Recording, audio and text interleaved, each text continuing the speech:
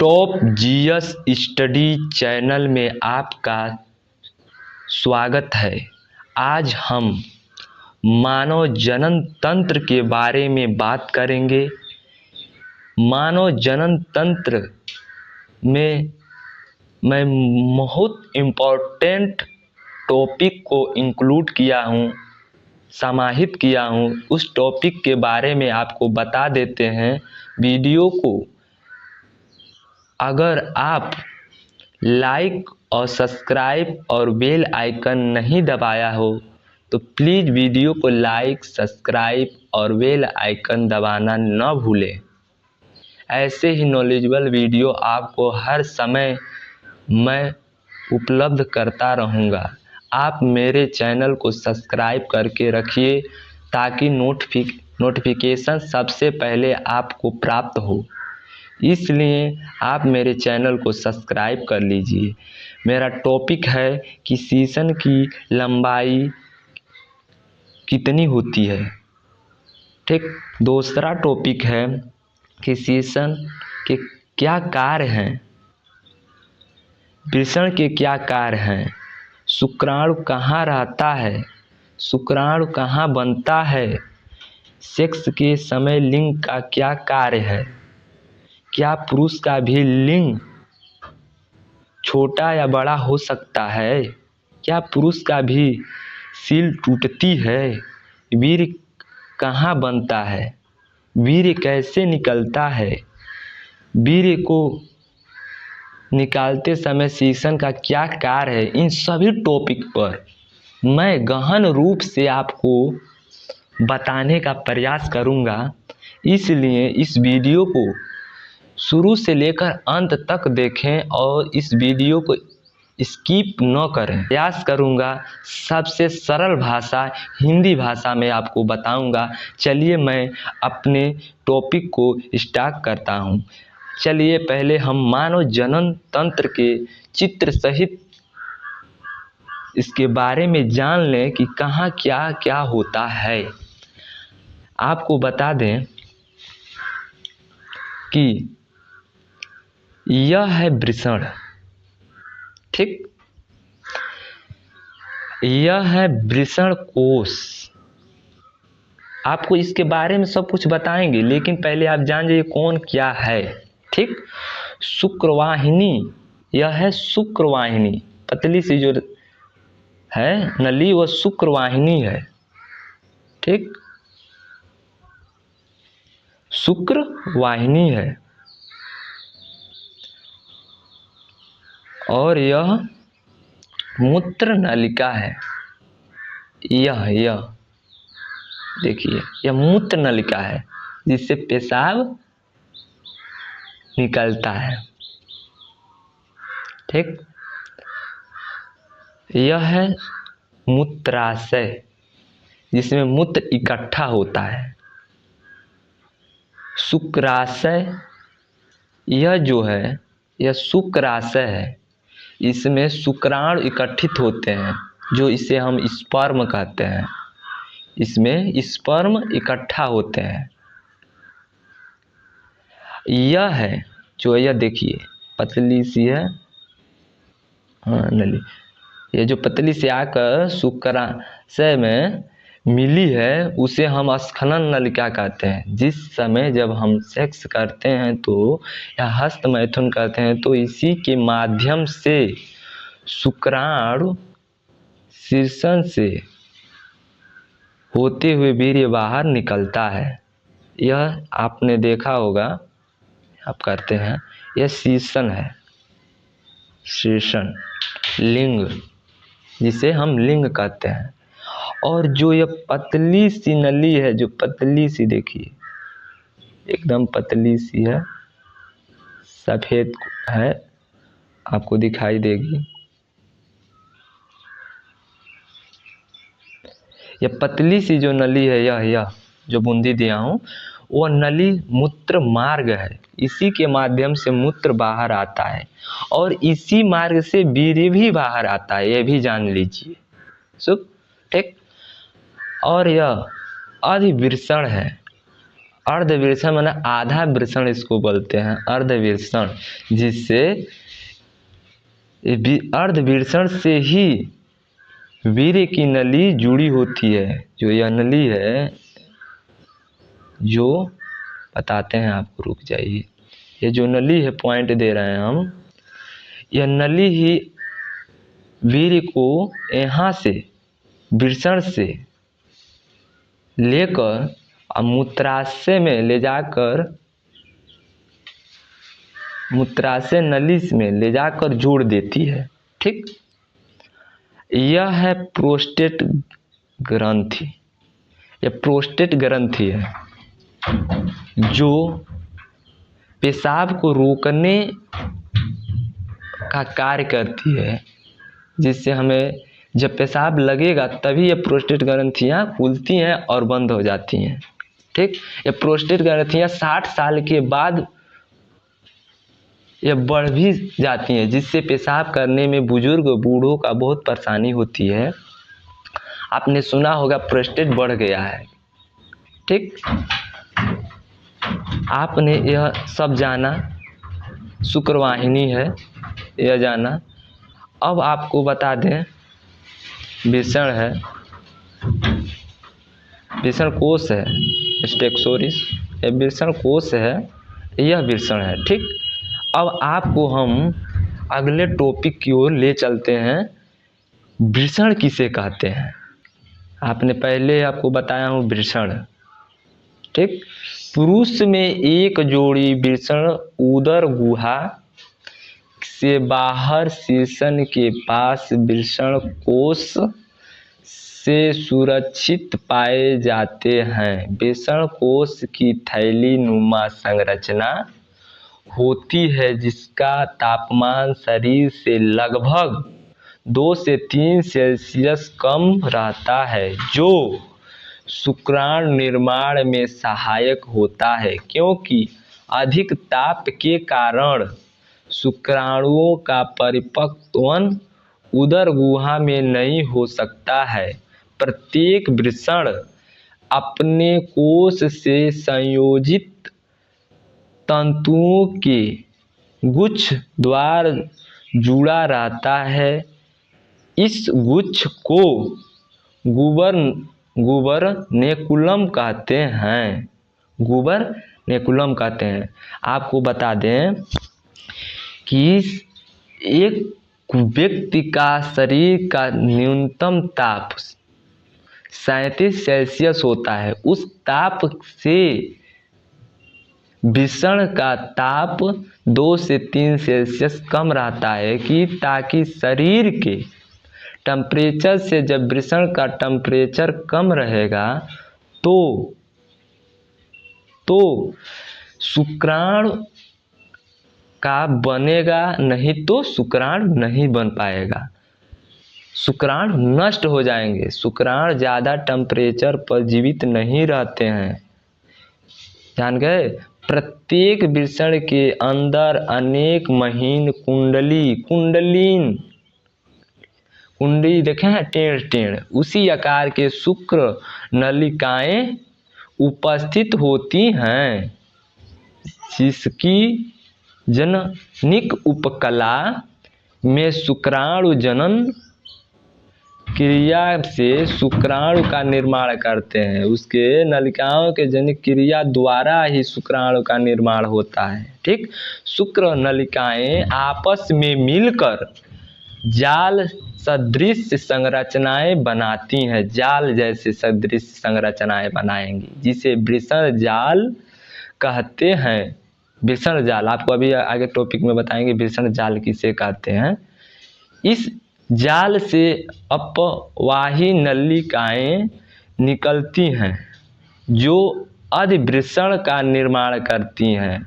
वृषण से नर हार्मोन टेस्टोस्टेरोन का स्राव भी होता है। पुरुष जो होता है वो कौन सा हार्मोन स्रावित करता है? टेस्टोस्टेरोन। ये सेक्सुअल, पुरुष का सेक्सुअल हार्मोन्स बोला जाता है, जिसे टेस्टोस्टेरोन कहते हैं। ठीक, आपको चलिए आगे बताते हैं। क्या अधिवृषण, आपको चित्र में दिखाया था अधिवृषण किसे, तो आइए आपको बताते हैं अधिवृषण। अर्धवृषण के क्या क्या क्या कार्य हैं, इसकी लंबाई कितनी होती है, क्या होती है, सब कुछ आपको बताते हैं। अर्धवृषण यह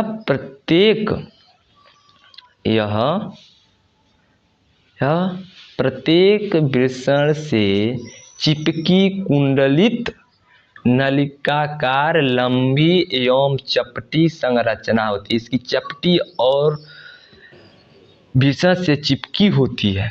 अर्धवृषण बताया है ना, जो इस तरह कुंडली नुमा टेढ़े से है, आधा जिसको कहे अर्धवृषण है, वो चिपकी रहती है। नलिका द्वार होता है, यह लगभग 6 मीटर लंबी संरचना है। आपको दिखा रहे हैं, आपको रुकिए, आपको हम चित्र को दिखा रहे हैं। यह देखिए, इसी को हमने बोला अर्धवृषण। आइए हमको आपको दिखा देते हैं, आप समझ जाएंगे इसको। यह अर्धवृषण है, आधा, जिसे अर्धवृषण कहते हैं। ठीक, चलिए जान गए। यह लगभग 6 मीटर लंबी संरचना है, टेढ़ी टेढ़ी होकर इसमें 6 मीटर लंबी रहेगी, समझ जाइए। जो स्वयं 3 भागों शीर्ष, काय एवं पूंछ में बटी विभक्त रहती है या बटी रहती है। इनमें शुक्राणु परिपक्व होते हैं, इसी में शुक्राणु बनते हैं। आपको बता दें, इसी अर्धवृषण में शुक्राणु का निर्माण होता है और परिपक्व होते हैं तथा इनमें गति उत्पन्न होती है। प्रत्येक वृषण पर चिपके अर्धवृषण की सभी नलिकाएं मिलकर शुक्रवाहिनियां बनाती हैं। शुक्रवाहिनियां सब मिलकर एक शुक्रवाहिनियां बनाएंगे, जिससे शुक्र जाएगा आएगा। ठीक, आपने उधर देखा होगा, आपने उधर चित्र में देखा होगा कि शुक्रवाहिनियां हैं। ये एक जोड़ी लगभग 40 से 45 सेमी, एक जोड़ी मतलब, अर्थात एक जोड़ी मतलब होता है 2 लंबी तथा मोटी संरचना होती है। शुक्राणु इनके द्वारा उदर गुहा में स्थित शुक्राशय में पहुंचते हैं। ठीक, इसी के माध्यम से उदर गुहा में पहुंचते हैं शुक्रवाहिनियां। आप नली देखे होंगे जिसको हम शुक्रवाहिनियां बोले हैं, वैसी नली के माध्यम से यह उदर गुहा में शुक्राणु पहुंचते हैं, उदर गुहा में। ठीक, अब आपने देखा शुक्राशय, आपने देखा होगा शुक्राशय। ठीक, शुक्राशय यह थैली नुमा संरचना होती है। इसके द्वारा हल्का पीला एवं क्षारीय पोषक तरल का स्राव होता है, जिसे पतला सा होता है, पीला सा होता है, इस तरह पदार्थ स्राव होता है, जिसमें शुक्राणु गति करते हैं, जिसे हम वीर्य कहते हैं। वीर्य में ही शुक्राणु गति करते हैं, समझ जाइएगा। वीर्य ही है पतला पीला। ठीक, शुक्राणु इस तरह के साथ मिलकर वीर्य, जब पीला जो चिपचिपा पदार्थ है, तरल पदार्थ, उसमें अगर शुक्राणु मिल जाएंगे तो वह एक वीर्य का रूप धारण कर लेगा, तब उसे हम वीर्य बोलेंगे। ठीक, का निर्माण करते हैं। शुक्राशय से निकलने वाली एक छोटी नलिका शुक्रवाहिनी से मिलकर स्खलन नलिका बनाती है। यह वीर्य जब मिल जाएगी तो स्खलन नलिका एक बनाएगी, जिससे हम माध्यम से वीर्य को बाहर निकालेंगे। चलिए अगले टॉपिक की ओर आपको बताते हैं मूत्र मार्ग। आपने देखा होगा चित्र में मूत्र मार्ग, यह शुक्राशय स्खलन नलिका की सहायता से मूत्राशय के एक सकरे भाग मूत्रमार्ग में खुलता है। सकरे भाग में मूत्रमार्ग शीर्षण के शीर्ष सिरे पर मूत्र जन छिद्र द्वारा बाहर खुलता है। मूत्र छिद्र द्वारा, जो आपने नीचे देखा होगा मूत्र छिद्र, आपको बता देंगे मूत्र छिद्र कौन है। यह शुक्राणु तथा मूत्र के बाहर निकलने का संयुक्त मार्ग होता है। यही मार्ग, पेशाब भी इसी माध्यम से निकलेगा और शुक्राणु वीर्य भी इसी माध्यम से निकलेंगे।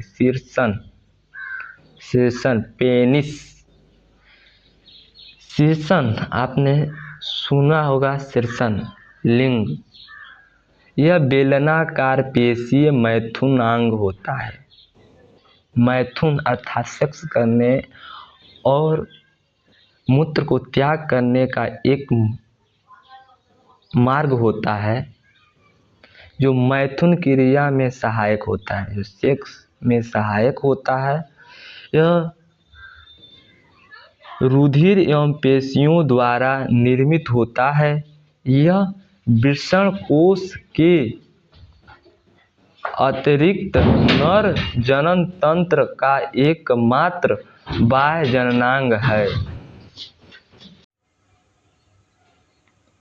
आपने चित्र में देखा होगा कि सहायक ग्रंथियां थीं। वो सहायक ग्रंथियां प्रोस्टेट का ऊपर पेरिनील ग्रंथि नर जनन तंत्र की सहायक ग्रंथि होती है। ये वीर्य निर्माण, शुक्राणु को पोषण देने तथा उनको जीवित रखने में सहायक होती हैं। यही ग्रंथियां वीर्य को जीवित रखती हैं और निर्माण करती हैं और पोषण भी प्रदान करती हैं। आपने जाना कि नर जनन तंत्र के सभी भागों के बारे में मैंने बताया। आपको बता दें कि शीर्षण की लंबाई लगभग 5 सेमी से 7 सेमी होती है। जो मेरा शीर्षण अर्थात लिंग है, या जो लिंग है, इसकी लंबाई 5 सेमी से लेकर 7 सेमी होती है।